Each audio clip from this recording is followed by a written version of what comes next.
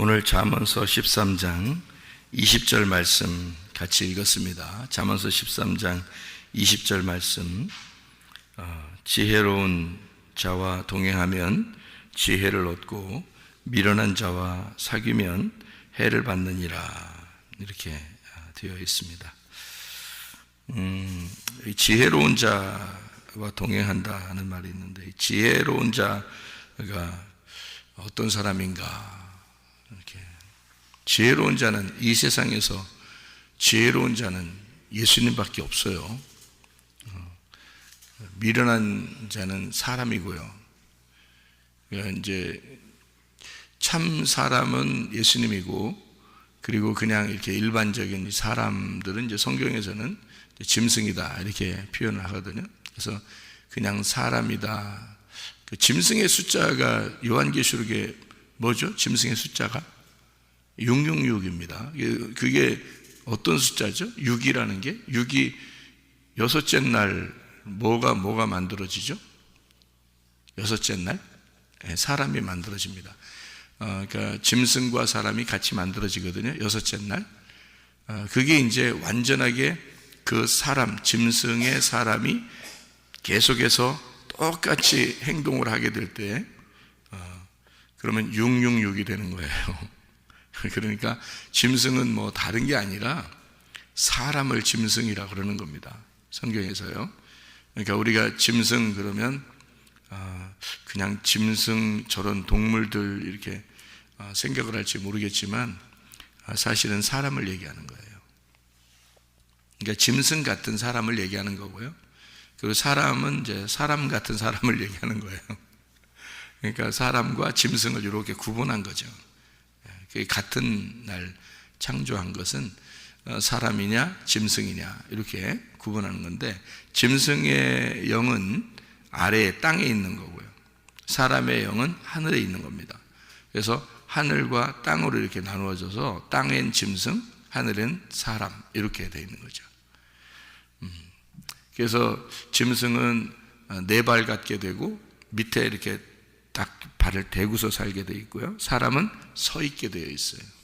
위를 바라보게 되어 있고, 이렇게 그걸 위를 바라본다, 이래서 사람입니다. 그러니까 짐승과 사람은 같이 태어났는데 똑같은 사람들인데, 위를 바라보는 사람과 땅을 바라보는 사람이 있다는 거죠. 그러니까 땅을 바라보는 건 미련한 자라 그러고, 위를 바라보는 걸 지혜로운 자라, 이렇게 말하는 것이죠. 그러니까 지혜로운 자와 동행한다. 그 지혜로운 자가 참 사람 되신 예수님이다, 그죠? 예수님과 동행하는 자. 그러면 예수님하고 동행한다는 게 어떤 의미겠어요? 예수님하고 동행한다는 게, 여러분, 어떻게 예수님과 동행하셔야 되잖아요, 여러분, 우리 다. 그러면 예수님과 동행한다는 게 무슨 말이겠어요? 말씀과 동행하는 거예요. 말씀과. 그러니까 말씀이 예수님이고 하나님이에요.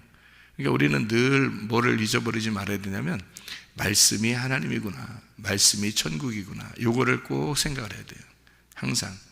그러니까 목사도 그 말씀을 보존하기 위해서, 그 말씀을 지키기 위해서, 그 말씀을 보호하기 위해서 이렇게 존재하는 거지, 말씀 자체는 아니잖아요, 목사가. 그죠? 그러니까 말씀이라고 하는 것을 보호해서 이 말씀을 잘 전달하는 겁니다. 잘 전달하면 그 말씀을 목사도 지켜야 되고 성도들도 지키는 거예요.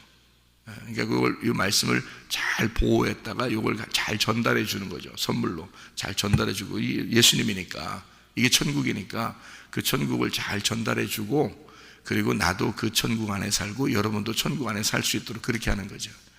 그러니까 목사가 위대한 게 아니라 말씀이 위대한 거죠. 어떤 게 본질이냐 하는 것을 알아야 되겠죠. 그러니까 우리는 다 껍질에 불과한 거예요. 그러니까 알맹이는 이게 말씀이 알맹이에요. 그러니까 말씀과 동행하는 거, 이걸 지혜로운 자다, 그렇게 말합니다. 그러면 말씀에서 미련한 자와 동행한다는 말이 이렇게 똑같이 나오잖아요, 사귄다는 게. 그러면은 말씀을, 지혜로운 자가 말씀인데 그게 예수님이에요. 예수님하고 동행한다, 이게 말씀과 동행한다는 그런 말인데, 지혜라는 말이 있고 미련이라는 말이 있단 말이에요. 성경에 기죠?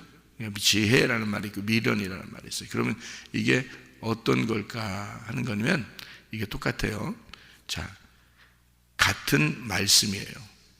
이게 지혜도 말씀이고 미련도 말씀이란 말이에요. 그러니까 자, 뭐라 그러냐면 여섯째 날 뭐와 뭐를 같이 창조했다고요? 짐승과 사람을 같이 창조했다고. 그러면 짐승 같은 사람이 있고 사람 같은 사람이 있다 그랬죠? 그러면 지혜와 미련이라는 게 지혜로운 자와 동행하면 지혜를 얻고 미련한 자와 사귀면 해를 받는다. 이 두 개가 다 어떻게? 같은 말씀이란 말이에요. 그러니까 그걸 구분해내기가 참 어려운 거죠. 사람들도 여러분 사람 보면서 짐승 같은 사람이 있고 참 사람이신 예수님 같은 사람이 있다는 거죠. 그죠? 그러면 구분할 수 있겠습니까, 여러분이? 어떤 사람하고 동행해야 되는지, 어떤 사람을 사귀지 말아야 되는지 아냐고요. 구분 못 한다고요. 그러니까 그것을 구분해내려면, 순 가짜 돈만 계속 만지다 보면은 진짜 돈이 어떤지 잘 모른다는 거죠. 다 진짜처럼 보이니까. 그런데 진짜 돈을 계속, 진짜 돈만 만진 사람은요, 가짜 돈을 만지면 표시가 난대요. 그러니까 이게 느낌이 다르다요. 진짜 돈만 계속 만진 사람은요. 그래서 그 현금, 그러니까 이런 그 종이 돈, 그 감별사라는 게 사람들이 밥만 먹고 몇 달 동안을 계속 이렇게 진짜 돈만 만진답니다. 그냥 손으로 계속 눈 감고 만진대요. 이렇게 만져. 계속 만진대. 그러면은 어느 날 이제 가짜 돈을 하나 딱 끼워놓잖아요. 그러면 다 이렇게 한 달, 몇 달 후에 이렇게 만지다가 가짜 돈이 하나 딱 손에 껴있잖아요. 그럼 딱 발견해낸대, 그 하나. 그 수많은 그 돈 중에서 딱 하나 발견해낸대요. 왜냐하면 진짜 거를 계속 만지고 있었기 때문에 느낌이라는 게 다시 손에 느낌으로 다 와 있다는 거죠. 그런데 가짜가 딱 껴있으면 그걸 금방 발견해낸대요. 근데 가짜를 계속 만지고 가짜를 계속 보고 이런 사람 있잖아요. 그러면 진짜를 같이 껴놓으면 몰라요. 이게 왜냐하면 다 그렇게 보이니까, 다 똑같이 보이니까 모른대요. 근데 진짜 거를 계속 만진 사람은 가짜 거를 금방 구별해낸답니다. 진짜 진리의 말씀이 무엇인지를 계속 듣다 보면요, 조금 뭔가 이 말씀이 듣기에 거실리다, 그런 게 딱 오면은 저 가짜구나라는 걸 금방 알게 되는 거예요. 그러니까 진짜를 계속 듣다 보면 말이에요, 가짜 말씀이 딱 들으면 그 가짜 말씀이 거의 비슷하게 생겼어요. 그러니까 가짜 돈도요, 가짜 돈을 왜 사람들이 구분을 못하냐면 거의 비슷하기 때문에 그런 거예요. 거의 똑같아요. 그러니까 구분을 못하는 거예요. 그러니까 사람들이 그냥 육안으로 이렇게 봐서는 구분을 못하는 거죠. 그러니까 가짜 돈이 뭐 이렇게 나오는 거지, 금방 구분할 수 있으면 뭐 어떻게 나오겠어요? 그게 그죠? 근데 거의 구분을 못하니까 가짜 돈이 다 껴서 나오는 거죠. 사람들이 만들어서. 그러니까 거짓 말씀도 마찬가지예요. 짐승과 사람의 차이도 마찬가지고요. 사람들이 이렇게 볼 때 저 짐승 같구나, 저 사람 같구나라는 것을 구분을 거의 못합니다. 거의 구분하기 어려워요.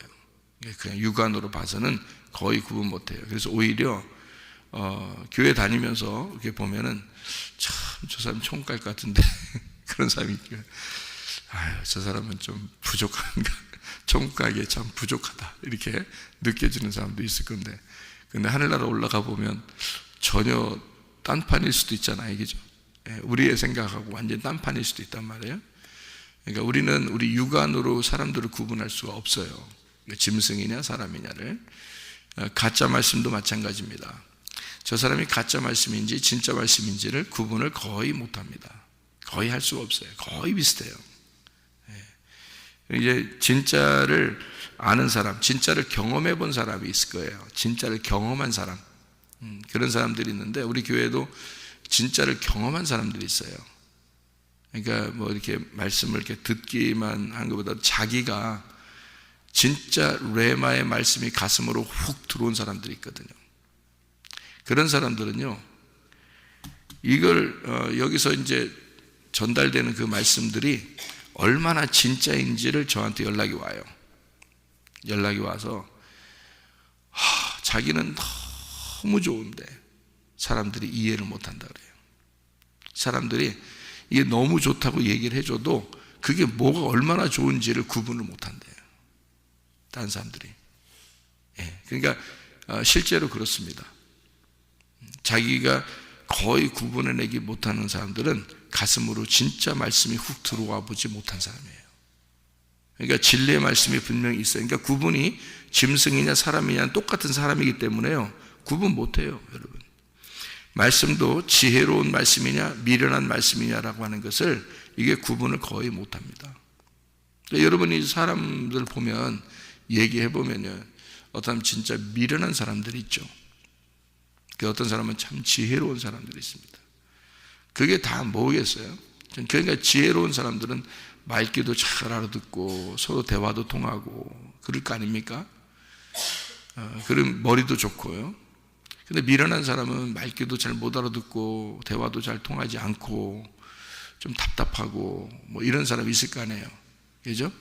그러면 여러분이 구분을, 그런 사람들을 이렇게 얘기하다 보면 구분을 하겠죠. 그죠? 얘기를 하다 보면 구분이 되는데, 근데 그 구분이 됐을 때 여러분 그 뭐 미련하다고 해서 사람 취급도 안 하고 그러겠습니까?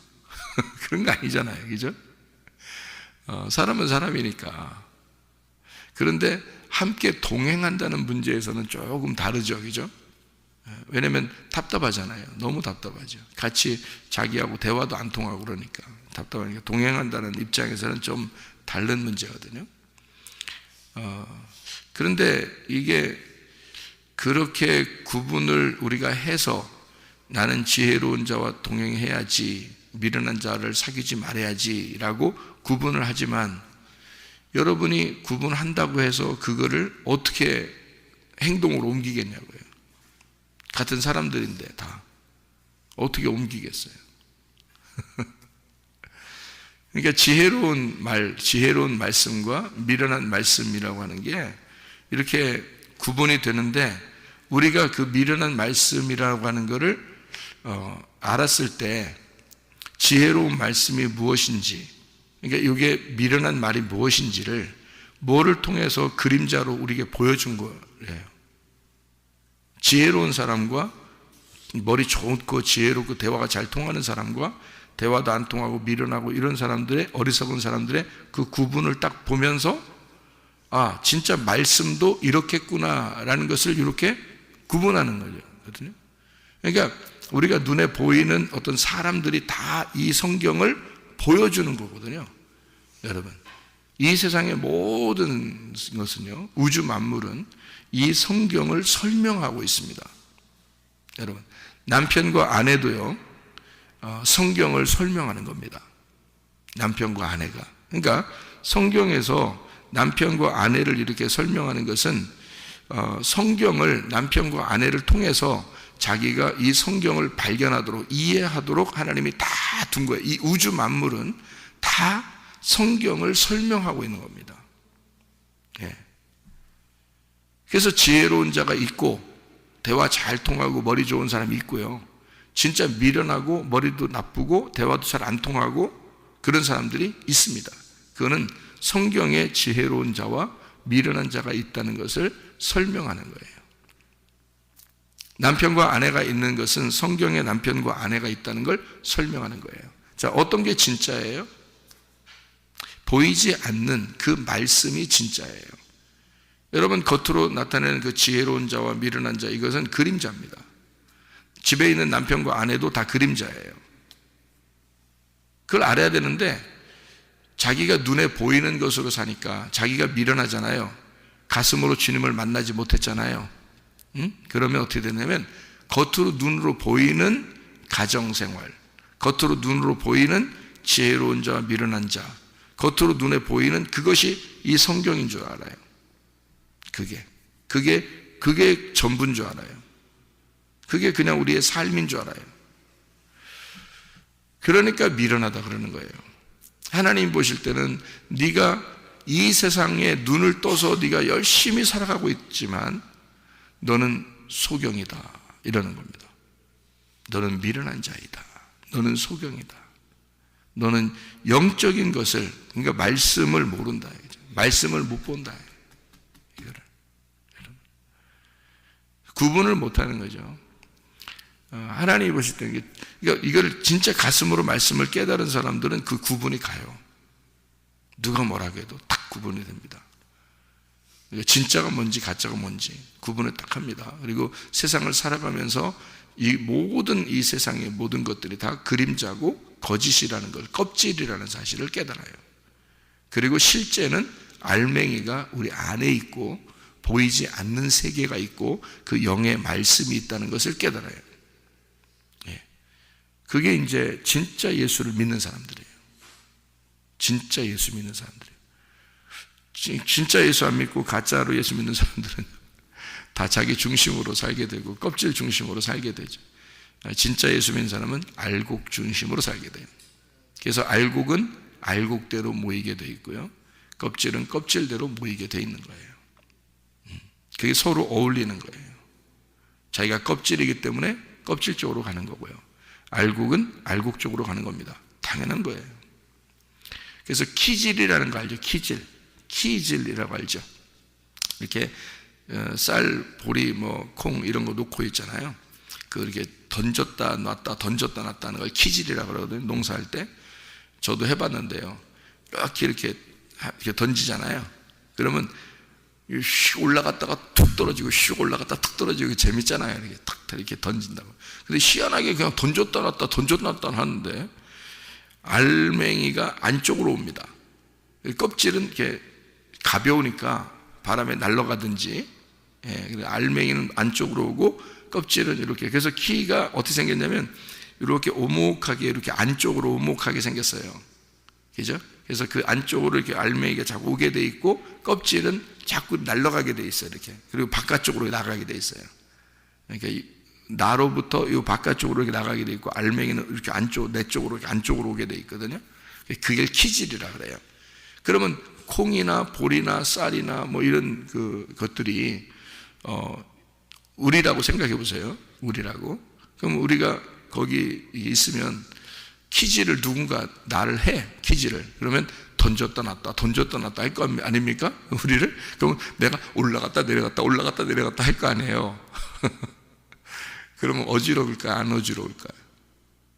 어지럽겠죠. 어지럽다고. 그러니까 얘들도 굉장히 어지럽다고요.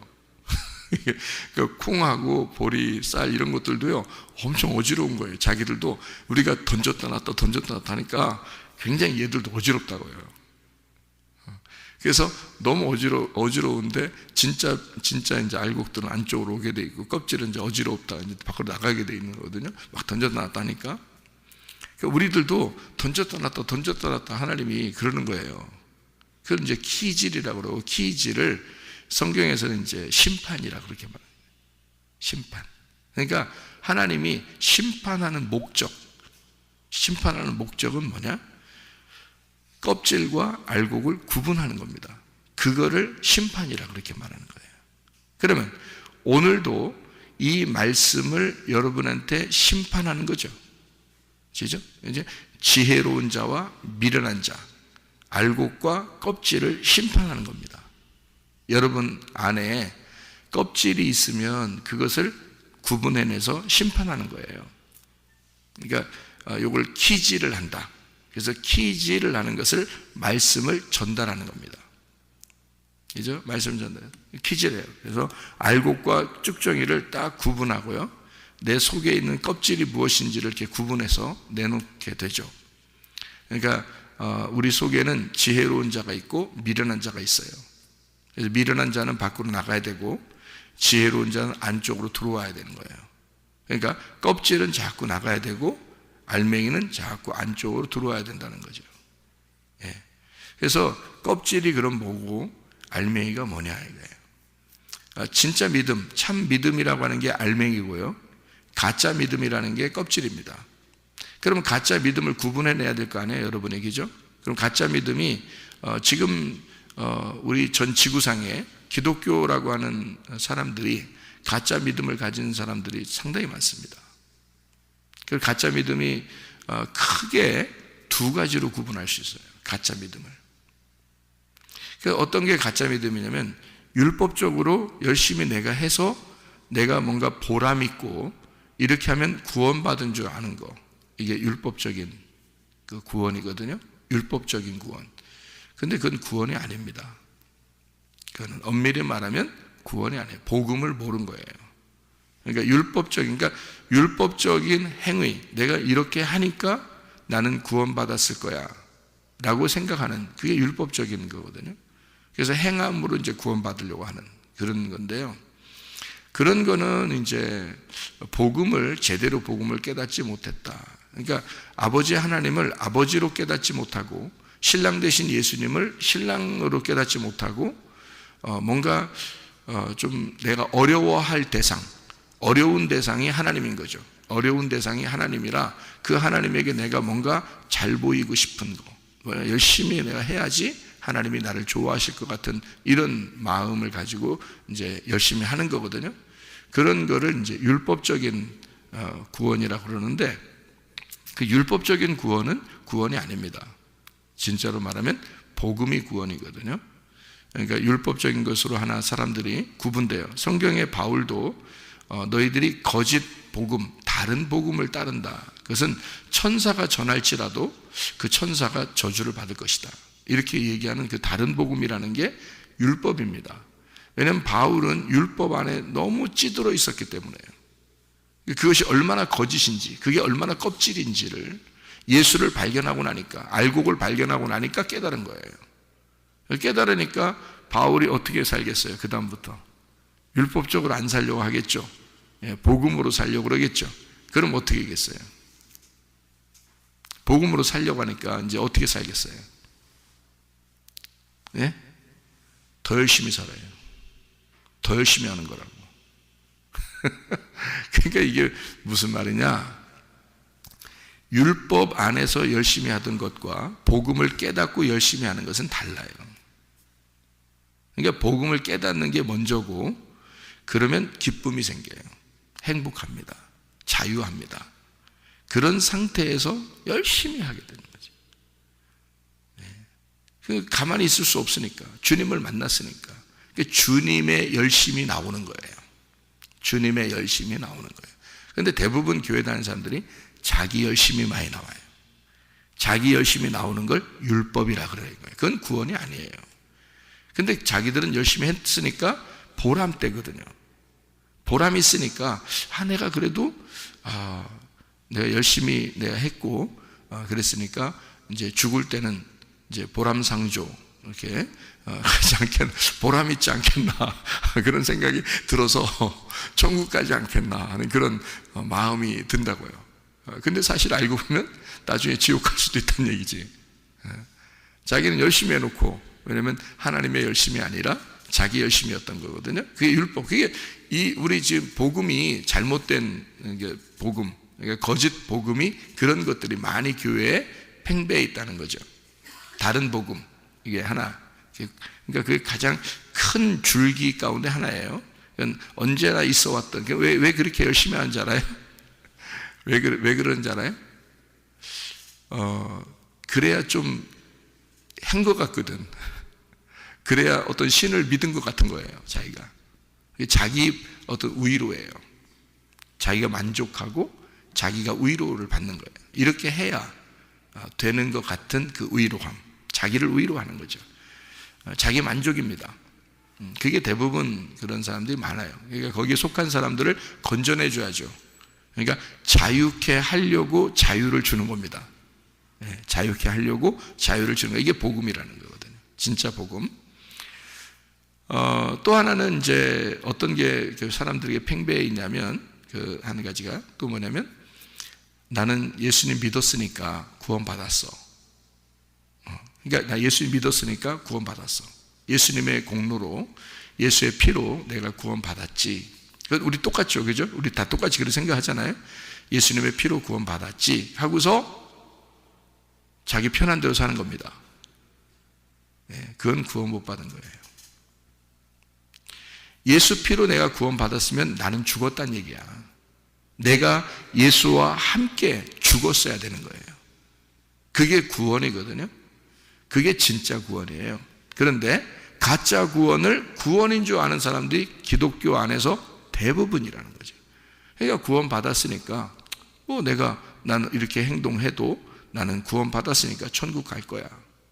이제 그런 생각을 가지고 있는 사람들, 그걸 또 굳게 믿고 있습니다. 그게 이단 중에 하나 그런 사람들도 있죠, 그죠? 그러니까 너무 율법적이거나 또는 너무 방종, 구원을 방종으로 생각하는 거죠. 그러니까 구원 받았으니까, 나는 예수 피로 구원 받았으니까, 예수님이 날 구원해 줬으니까 나 구원 받았지 하고 만족하는 사람들이 있어요. 그러면 교회 열심히 안 하죠. 교회 열심히 안 합니다. 주님 중심 완전히 그렇게 안 합니다. 내 생활을 하나하나 점검하면서 주님 앞에 주님과 동행하는 그런 삶을 살지 못합니다. 교회 중심적이 안 돼요. 자기는 그냥 구원 받았으니까 그래도 구원 받았지 이렇게 생각하잖아요. 그럼 구원 받은 사람이 그렇게 살까? 불가능합니다. 구원 받은 사람은, 진짜 복음을 받은 사람은요, 진짜 복음이라는 걸 알게 된 사람은 예수 피로 구원 받았음을 너무 감사하는 거예요. 너무 감사하기 때문에 그가 예배할 수밖에 없어요. 하나님 앞에 예배할 수밖에 없어. 은혜가 너무 감사하니까 예배할 수밖에 없어요. 기도할 수밖에 없어요. 찬양할 수밖에 없어요. 주님의 공로를 생각하지 않을 수가 없어요. 그래서 그는 더 열심히 주님 안에서 살다고 한다. 이게 바울 같은 사람이에요. 예수를 가슴으로 만나면 그 다음에는 그가 누가 시켜서가 아니에요. 바울은 예수 만나기 전에는 율법적으로 아주 완전하게 살려고 했던 사람입니다. 더 열심히, 모든 율법에 있는 사람들보다 더 열심히 했던 사람이에요. 그런데 예수를 만나니까 자유가 뭔지 깨달았어요. 진짜 스스로 자기에게 생긴 게 뭔지를 알았어요. 근데 그거를 자기가 자기의 이익을 위해서 쓰지 않고, 내 시간을 내 이익을 위해서 쓰지 않고, 내 돈을 내 이익을 위해서 쓰지 않고, 내 가족을 내 이익을 위해서 쓰지 않고 주님에게 돌려드리는 거예요. 바울이 자기의 가진 거 다 주님께 돌려드려요. 자기의 목숨도, 자기의 마음도, 자기의 시간도 주님께 다 돌려드리는 거예요. 자, 구원은 받았는데, 예수 피의 공로를 알았는데, 내가 그 예수의 피 안에서 내가 같이 죽었다는 사실을 깨달은 사람은, 그 은혜를 받은 사람은 삶이 보면 안다는 거죠. 그래서 그 삶이 열매라 그러는 거예요. 그 삶이 열매다. 어디서 나타나는 거겠어요? 교회에서 나타나는 겁니다. 교회에서. 그래서 교회에서 점검하는 거예요. 이 사람이 교회 중심으로 사느냐 안 사느냐를 증명하는 겁니다. 그게 이 땅에서의 그림자니까 그래요. 하나님이 볼 수 있는, 눈으로, 육안으로 볼 수 있는 게 그거니까 그런 거예요. 그런데 그 마음이 진짜인 사람과 가짜인 사람이 있다는 거죠. 거짓으로 그렇게 하려고 하는 사람이 있어요. 율법적으로. 또는 구원 받았으니까 땡. 그리고 내가 나오고 싶으면 교회 나오고 안 나오고 싶으면 안 나오고, 자기가 정하는 거예요. 자기가. 그러면 자기가 주인인 거지. 교회가 주인이 아니고, 주님이 주인이 아니고 자기가 주인인 거잖아. 그렇지 않아요. 교회라고 하는 건요, 하나님이 주인이십니다. 그래서 교회를 네 집이라고 안 하고 하나님의 집이라고 하는 거예요. 하나님의 집, 이것 때문에 너희들 집이 있는 거야. 하나님 예수 그리스도와 내가 신랑과 신부이기 때문에 너희들에게 남편과 아내를 둬서 요걸 이해하라고 한 거거든요. 근데 진짜를 이해하려고 하지 않고 순 가짜로 살려고 하는 사람들이 있다는 거지. 이해가 돼요? 그러니까 지혜가 뭔지, 미련한 것이 무엇인지를 자기가 모르니까, 구분을 못하니까 보이는 것으로 생활한다는 거죠. 그러니까 진짜 들음이 있어야 되는 거예요. 진짜 들음. 내가 귀로, 성령의 귀가 열려서 성령의 귀로 들은 게 있어야 되는 거예요. 그러면 깨달아지는 거고, 깨달아진 게 있는 사람과 그렇지 않은 사람은 달라요. 눈으로 자기는 보이는 것들로 진짜인 줄 알고 사는 사람들은 예수님 만나면 뭐라고 하겠어요? 예수님이 넌 소경이야, 넌 눈 뜬 게 아니야, 이렇게 하겠죠. 진짜 하나님 말씀을 깨닫고 말씀을 듣고 들은 사람들은 자기를 뭐라고 하겠어요? 나는 소경이에요, 주님. 나의 눈을 뜨게 해주세요. 나는 영적으로 열리기를 원합니다. 하늘문이 내게 열리기를 원합니다. 그러겠죠. 그럼 하나님이 그래, 너는 눈 뜬 자야, 이러죠. 네가 소경이라고 하니까 너는 눈 뜬 자야.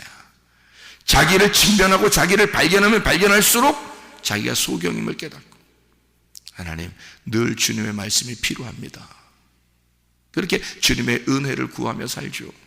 교회 중심으로 살게 될 수밖에 없어요. 그러니까 누가 이건 시켜서 하는 게 아니에요. 다 자유입니다, 여러분. 다 자유인데 여러분이 방종으로 살 거냐, 아니면 그 자유를 주님께 드릴 것이냐, 이거죠. 그러니까 자유한 상태에서 내가 헌금도 하고, 자유한 상태에서 기도도 하고, 자유한 상태에서 예배도 드리는 거예요. 그런데 옛날의 삶보다 훨씬 더 열심히 하는 거죠. 바울이 그랬지 않습니까? 예수를 믿는 주의 사람들이 다 그렇게 살았지 않겠습니까? 성경의 사람들은 다 그렇게 살았어요.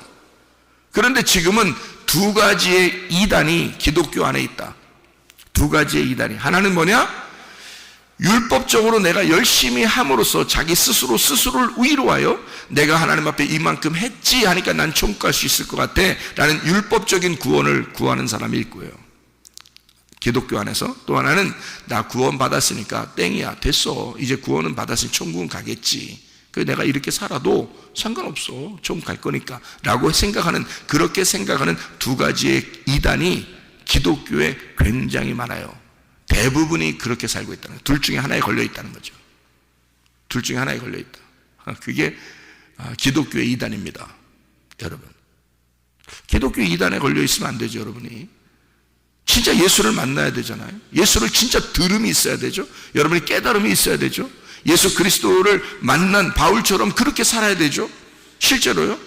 그렇다고 우리가 뭐 24시간 오직 막 나가서 맨발 벗고 나가서 전도만 해야 되겠다, 그런 의미가 아니잖아요, 성경에서. 나의 삶이 가정에서, 직장에서, 학교에서, 교회에서 내 삶이 진짜 예수와 내가 동행하고 있는가, 그 말씀과 동행하고 있는가, 나는 나의 열심이 아니라 예수 그리스도의 열심으로 내가 살아가고 있는가, 그거죠. 웃지 말라는 얘기도 아니고 밥 먹지 말라는 얘기도 아니잖아요. 너희가 놀지도 말라, 그런 말도 아니잖아요. 그런 의미, 우리가 사는 그 삶이 자체가 그리스도와 동행하는 삶, 말씀과 동행하는 삶이 되어야 된다는 거죠.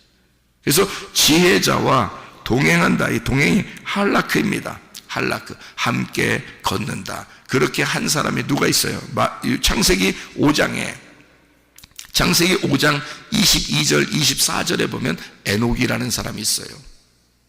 그리고 창세기 6장에는 노아라는 사람이 있습니다. 그러니까 에녹과 노아는 하나님과 동행하였더라, 하나님과 할라크했다. 그 말은 함께 걸었더라, 그 말입니다.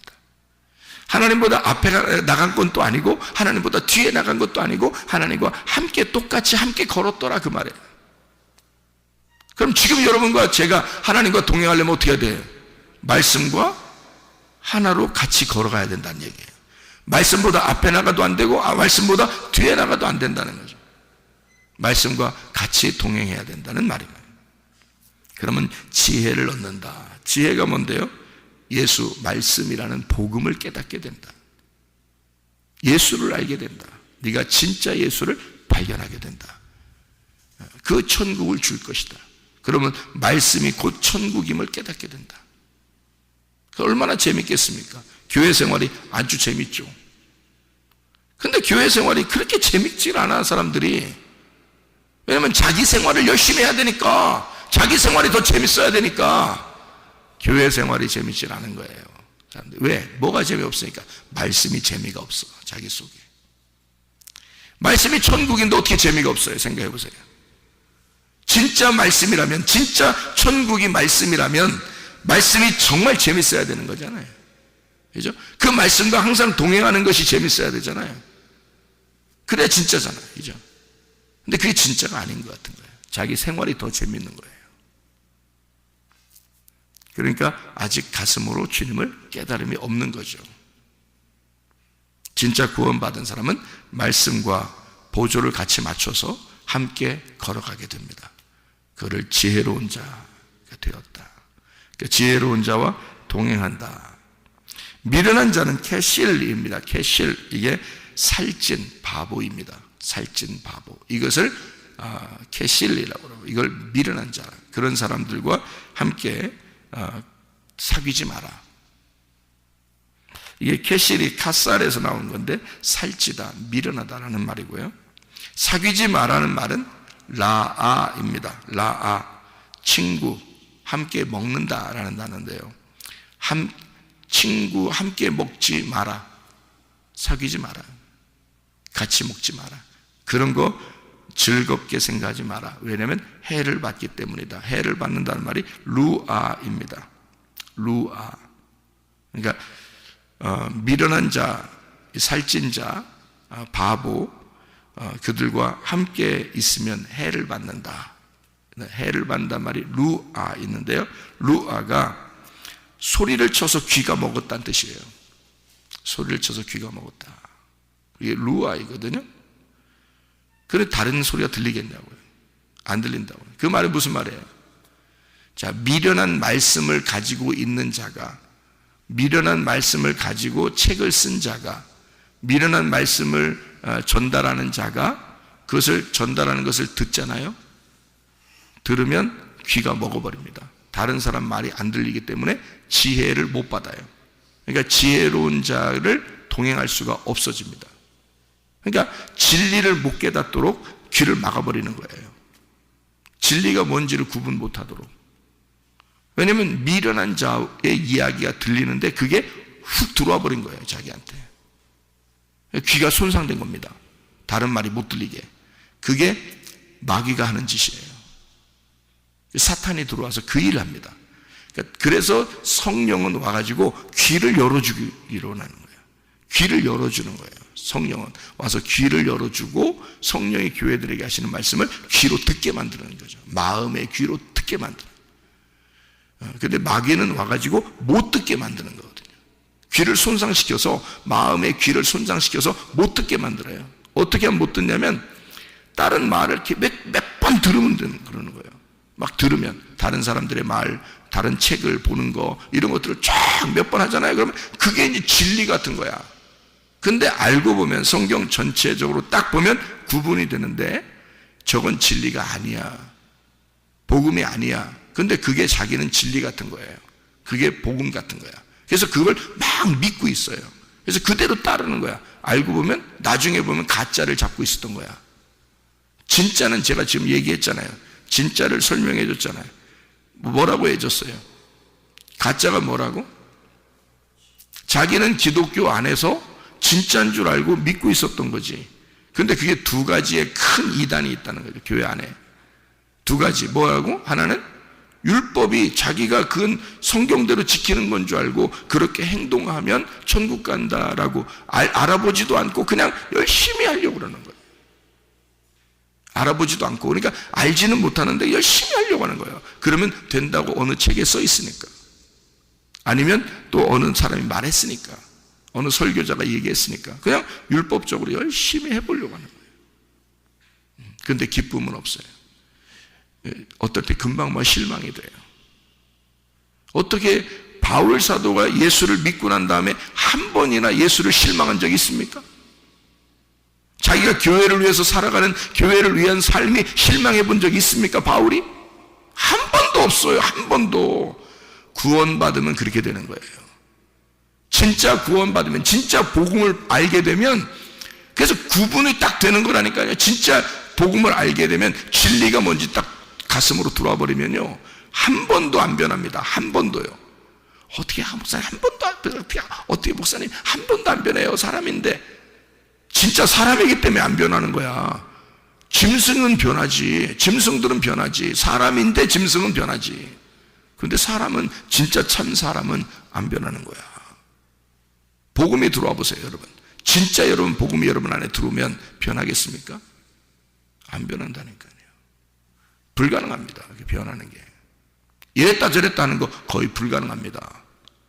그게 율법적인 삶, 자기의 열심으로 살았던 사람이기 때문에 그런 거예요. 내가 요 정도 하면 내가 신앙생활 잘했지 라고 생각하는 그 율법에 매여 있는 겁니다. 자유해야 되거든요. 언제 하나님이 여러분을 갖다가 억압해가지고 이거 해라 그렇게 했나요? 성경에서 그러지 않아요.